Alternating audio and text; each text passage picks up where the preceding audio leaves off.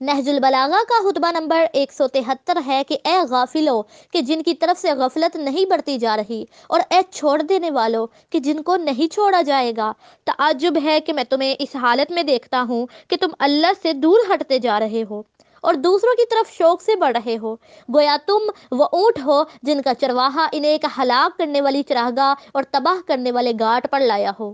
یہ ان چوپایوں کی مانند ہے جنہیں چھریوں سے ذبح کرنے کے لیے چارہ دیا جا رہا ہو، اور انہیں یہ معلوم نہ ہو کہ جب ان کے ساتھ اچھا برتاؤ کیا جاتا ہے تو اس سے مقصود کیا ہے۔ یہ تو اپنے دن کو اپنا پورا زمانہ خیال کر لیتے ہیں، پیٹ بھر کر کھانا کھا لیتے ہیں، اپنا کام سمجھتے ہیں کہ خدا کی قسم اگر میں بتانا چاہوں کہ تو تم میں سے ہر ایک شخص کو بتا سکتا ہوں کہ وہ کہاں سے آیا ہے اور اسے کہاں جانا ہے اور اس کے پورے حالات کیا ہیں، لیکن مجھے یہ اندیشہ ہے کہ تم مجھ سے کھو کر پیغمبر سے کفر اختیار کر لو گے۔ البتہ میں اپنے محسوس دوستوں تک یہ چیزیں ضرور پہنچاؤں گا کہ جن کے بھٹک جانے کا اندیشہ نہیں ہے۔ اس ذات کی قسم جس نے پیغمبر کو حق کے ساتھ مبعوث کیا اور ساری مخلوقات میں سے ان کو منتخب فرمایا،